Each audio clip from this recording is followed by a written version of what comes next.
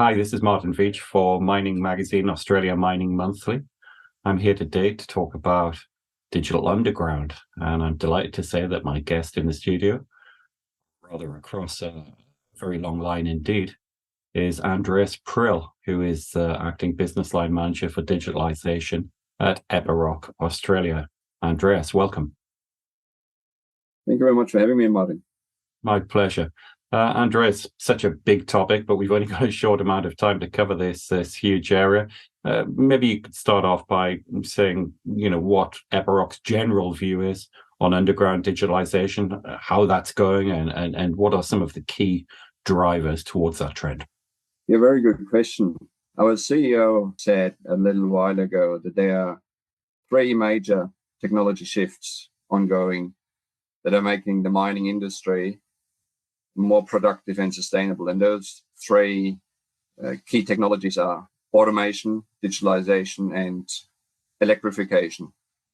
And this is really how we at Epiroc see the future of underground mining. To answer your question about the main drivers for digitalization, and if we dive a little bit deeper into our digital division at Epiroc, we believe that the main drivers are situated around the topics of connect, protect, automate, direct, decide, and sustain. And that is also how we have structured our portfolio. And on top of that, we then truly believe that our openness to other solutions and systems and being agnostic and our willingness to enter deep partnerships with our customers and also other vendors to our customers will support the transformation of underground mining. So a large part of it sounds like, is informing strategic decision making, having the data to hand to make the right next moves, right? Yeah, 100%. So underlying, it always goes back to having granular information which then help to measure processes and procedures against KPIs to understand the strengths and the weaknesses, and then based on that, implement continuous business improvements. Yeah, I mean, one thing that we perhaps haven't touched on in great detail is the vexed question always in mining of health and safety. Underground mining is obviously, like every other area of mining, constantly trying to improve its profile in safety. How do you feel that digital solutions can contribute to having a safe underground mining environment? Yeah, very good question. I mentioned our themes or topics earlier, but if we dive again a little bit deeper into our protect offering, which is all about safety, you will find quite a wide range of solutions which can contribute to safer underground mining. Now, for example, we have very sophisticated solutions to plan a mine, from a life of mine plan down to a more technical 12 months rolling plan, down to a shift plan or a short interval control. And I think you will agree that probably not everybody would relate good planning to safer mining. But if you think about it as an orchestrated flow of activities where material and people and machines need all come together, then I think you would agree that a good plan can contribute to safer mining. And maybe then look at things like situational awareness, where you can get your eyes underground in real time while you're above ground. Then that is another way that can contribute to safer mining. Seeing every machine and every miner and every asset as they are moving underground can, for example, reduce congestions, which could lead to collisions. It can make the daily blasting safer by knowing where everyone is, accounting for everyone, knowing that somebody is in a safe zone, in a refuge chamber during an emergency situation.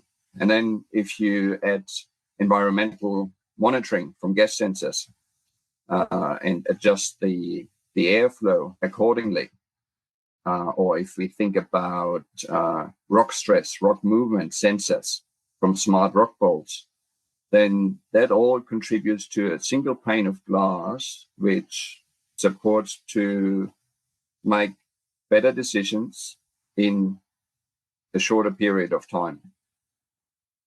And I guess we can also look at solutions which take the miner away from hazardous areas, take them away from the face and away from the machine. And then we start talking about solutions like line of sight, teleremoting, fully autonomous operation, which we natively support across our Epiroc fleet, but then also in an agnostic way across a mixed fleet. And last but not least, I would say collision avoidance, which is also part of our digital portfolio. But we believe that collision avoidance is a massive contributor to safer mining and will play a much more important role in the future. And again, we have a very powerful agnostic collision avoidance offering, which supports the immersed level 7, 8, and 9 levels, where it starts at level 7 just to provide alerts, level 8 advice, and then at level 9 intervention with the machine in a way that it starts slowing down a machine or stopping a machine. So as you can see, a very wide offering when it comes to digital solutions and how they can contribute to safer mining. Yeah, absolutely. I mean, so you mentioned situational awareness there and collision avoidance. I guess a lot of the time what we're talking about is taking human beings out of processes so far as possible, put them in a remote situation where they can watch from a truck or console, even different part of the world potentially, and using these amazing digital twins, autonomous equipment and vehicles and so on. It really is the future of mining. Okay, so Andreas, you've done a great job in painting a picture of what's happening in the past and the present, and very exciting it is too, with all of these developments that effectively take human beings out of processes and digitize and virtualize to great effect. Digital twin, virtual twin, autonomous vehicles, and so on, I guess. But now I'm going to ask you to delve into the future, if you will, for our final question, which is, from your point of view, and this is a million miles wide, of course, what will the future of underground mining look like? A tough one, Martin, and I guess you're asking for the crystal ball now. I am. I guess based on what we see at the moment and what we expect for the future, I think we will see a lot more and a lot deeper penetration of automation, digitalization, and electrification in the industry, to a level where if you don't have solutions in place in those areas, the mine will either not comply with the regulations in Australia anymore, or the mine will become very inefficient to run and not really competitive anymore. So if we look again at the example of automation that I gave earlier, especially when you start to introduce automation over shift change and blasting, you instantly add 15 to 20% in productivity, simply by allowing to utilize time which previously couldn't be utilized. And that instantly adds to the bottom line results. And then I always give the example of the leaky feeder and radio communication in the mine, which at some point didn't exist, but now it is a standard. And I'm sure that if you would have to try to run a mine nowadays without any sort of way to communicate with your people underground, you would probably struggle quite a lot. And yesterday, today, and tomorrow is the time of digitalization, where we can have high-speed communication infrastructure underground, and we can bring literally all the tools which are being used on the surface on a daily basis. We can bring all of those tools underground to work more efficient and in a more collaborative way. Again, to make mining safer, more productive, and more sustainable. So again, without having that crystal ball, we do expect that digital solutions, the ones we were talking about today, will soon become the standard of tomorrow.